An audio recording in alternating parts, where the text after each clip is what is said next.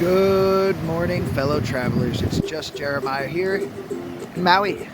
I'm headed to go on a big hike today. I'll have lots more good info once the info person wakes up. That's Agatha. We're going to be hiking up these mountains right here. And I'm stoked for a good hike. Agatha is not the fastest hiker, but she's the most resilient hiker I've ever hiked with. I don't really know any of my friends from like my life that would actually hike up 3 peaks at Olamana to the 3rd peak. She's really hardcore, does some steep stuff and just keeps going. And I like that about her because I'm not the strongest or fastest person there is. And a lot of times for me, it's just all about that stamina and willpower. So that's a big reason why we get along so well. I can get up early, have lots of energy, go all day, and then go to sleep early and wake up and do it again. And she wants to climb the big peaks, like that big 10,000 foot volcano right there. Wow, so clear today. Hopefully you like today's video. Please keep tuned. We're getting closer to that 2,000 mark, which feels good. So I'd really appreciate it if you watch the videos and you think they're all right, you know. If you're watching again, I'd love if you slam that subscribe button. And I know I sound lame. It makes a big deal for me though, because the more of you start to hit it like faster, the more people get pushed towards my channel. And now that it's monetized, and I'm putting so much effort in. Like, I put so much work into my YouTube. I've literally had it since 2014. Didn't have much back in the day because it was tough. I started the new Hitchhiking one. It blew up in the slabs at first. It kind of settled down a little bit after. And I keep getting these spikes, but it's just so hard to get it going. And yeah, I'm putting so much work into it. So I hope you like the direction it's going, and I hope you like the direction it continues to go. This is awesome. Life's good. Life is grand. I'm gonna start packing up so we can bounce. Loving you. There's the sun's first rays. So pretty. I'm gonna need my microphone today, I think. The wind.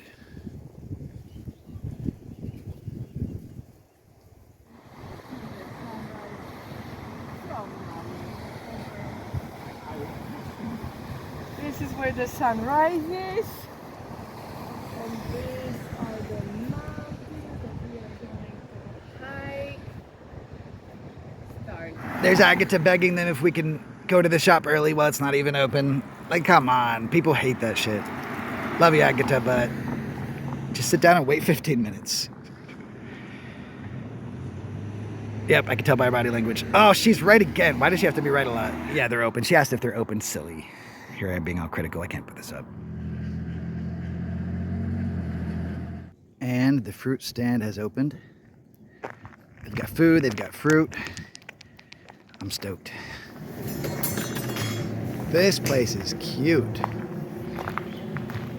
Hey, name lady, what's the name of this place? Ula Cafe. Say it louder so they can hear. Ula Cafe. That's it, yeah, cool. This is what I'm gonna eat. Kalua pork fried rice. But check this out.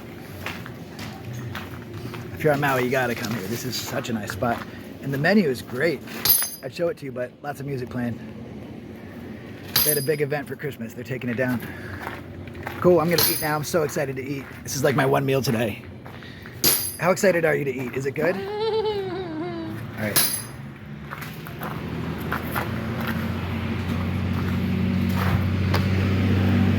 Yeah, it's past time for a haircut. Jeez. These roosters are going off here. And they stop.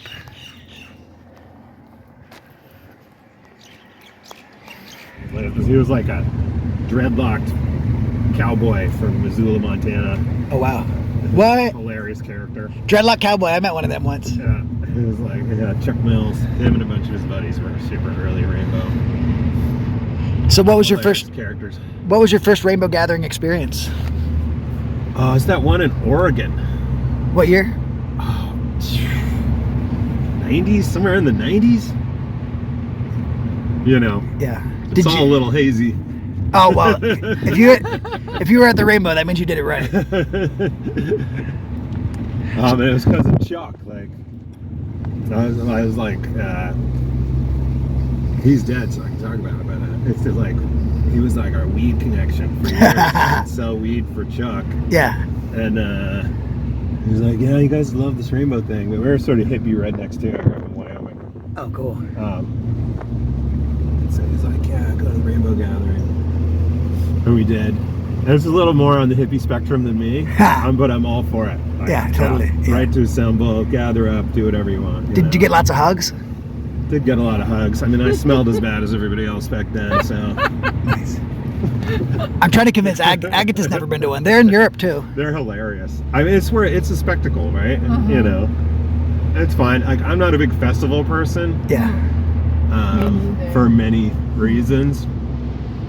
But it is entertaining. But I haven't been in forever. So do you live here on the island, Kier? No, I live in Bellingham, Washington. Oh, that's right. Yeah, you said that. Corner. You just here to hike all the ridge lines? Yeah, and snorkel and No way, cruise cool. the island. Never been to this island before, so I thought I'd check it out. Just dropped my wife and kid at the aquarium. Nice. Oh. Because he's 4, so he's not, you know, his little brain in the heat. I dragged him on a hike yesterday, and he did well. So. I flew some weed, so I can roll you up with one if you want one. I can I'll send you some home. You can. Oh, I don't do. I got a professional license, so I don't fly with it. But Yeah, awesome. I just meant so you can sneak it when your wife and kid are busy, you know. Yeah, that'd be awesome, man. Yeah, Love for sure. that. I brought some good stuff. Actually, dude, I brought almost 4 ounces on the plane. Did you? Yeah, everyone travels with it. I'm an RN, so I don't travel with it. Yeah. It's totally legal in Washington. Is it? Yeah, totally legal, my recreational, everything. So you can, but it's not federally legal in the U.S. It's federally decriminalized, though, as of recently. Is it? Yeah. Did the Senate and the House pass that? But it's I don't think they passed it quite yet. But maybe not. I think I that don't know. it was something where it's not legal, but it was something like that. I'm probably just spouting out some stupid stuff. Sorry. Go ahead. Right. But yeah, always good. I'm actually, normally I always take a hit of sativa before hitting the trail. Yeah. So I've been really enjoying my hikes, and I'm like, sweet, you don't need the meat anyway, but it does enhance it. Well, your big heart is going to come with an added bonus for you today. I'm only here for a little bit, and literally I'm like a couple hits a day kind of guy. Well, I can either just give you a paper and a bud then, or I can roll one up. It's up to you. Whatever works for you. Yeah, I'm terrible at rolling because I usually use. I didn't know for years. I'd go into the store and be like, "Hey, give me those glass one-hitters." Yeah. Right? And they'd always look at me kind of funny because I never knew that's a crack pipe. Oh man, that's funny. Yeah. Yeah, In totally. Poland, they use it for. Well, because I just want a hit or two, Yeah, they use it for so that. they'd always look at me like a little weird. Like, Really? it looks a little clean cut for smoking crack. I guess is what they were thinking. Yeah. Like, wait, isn't he wearing scrubs? And crack? What is crack? Oh, these are good. This Rock is good cocaine. YouTube. Crack is cocaine? Yeah. They cook it. I was explaining earlier. They cook it into like rock candy. So they cook it into they use water. We were talking about this earlier because there's a spoon on the ground, not because we're discussing crack. Right. I was telling her why we would not use the spoon off the ground because they use the spoon Like, all right, a spoon. and they heated up the water and foil. it turns it into a crystal, and then they smoke the crystal because you can't smoke you can smoke the powder, but you don't want to. Or people smoke it off like foil and stuff. If it's in like Seattle's.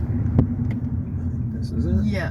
Might be. So it's a bit. Seattle's like everything's out in the open these days. Yeah. Like people are like smoking crack at the bus stop. It's kind of sad. I was telling her just about an hour ago.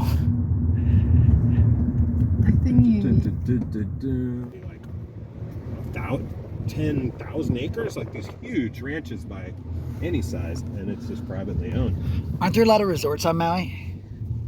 There are tons, but on the other side. like on the On the the east lump over there with the big volcano, Yeah. like the south facing side of that, I see. there's nothing there. It's these huge ranches. Wow. Because if you got ag tax, like then you don't, you're not going to get taxed off the land. Wow. Cool. And also probably they want to just keep it undeveloped, so they're like, all right, you guys have had these ranches forever, just hold on to it. I support that.